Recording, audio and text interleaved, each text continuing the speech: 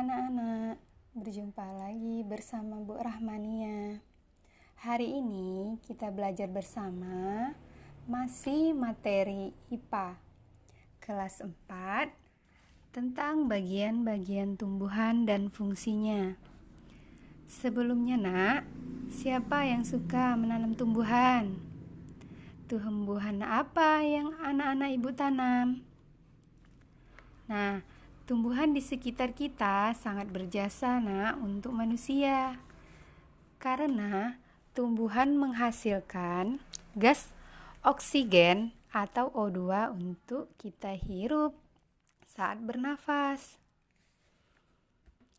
Ayo, bentuk tumbuhan beraneka ragam, tetapi secara umum tumbuhan memiliki bagian-bagian tumbuhan yang sama. Setiap bagian memiliki fungsi masing-masing. Ini sudah kita bahas di video sebelumnya. Baiklah, akan Ibu bahas kembali. Bagiannya yang pertama, akar. Akar adalah bagian tumbuhan yang umumnya berada di dalam tanah. Macam-macam akar. Akar tunggang, akar serabut, akar gantung, akar nafas, dan akar pelekat. Akar tunggang berupa akar utama yang tumbuh lurus ke bawah dan merupakan kelanjutan dari batang. Akar tunggang dimiliki oleh tumbuhan dikotil atau berkeping dua, contohnya mangga, jambu, jeruk, rambutan, dan sebagainya. Akar serabut akar yang berukuran kecil dan tumbuh di pangkal batang akar.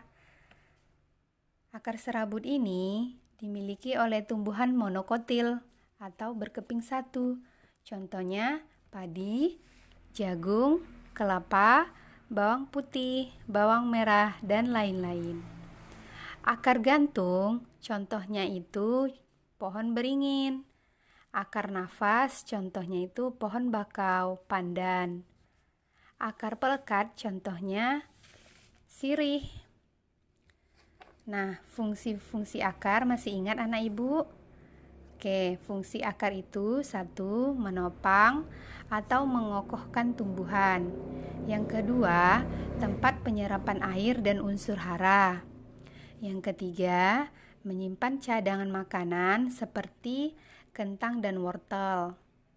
Yang keempat, sebagai sistem respirasi pada pohon beringin dan bakau. Baiklah, kita akan masuk ke bagian yang kedua, yaitu batang. Batang fungsinya bagian tumbuhan yang berada di atas tanah, itu pengertian tanah. Yang tempat tumbuhnya cadang dan ranting.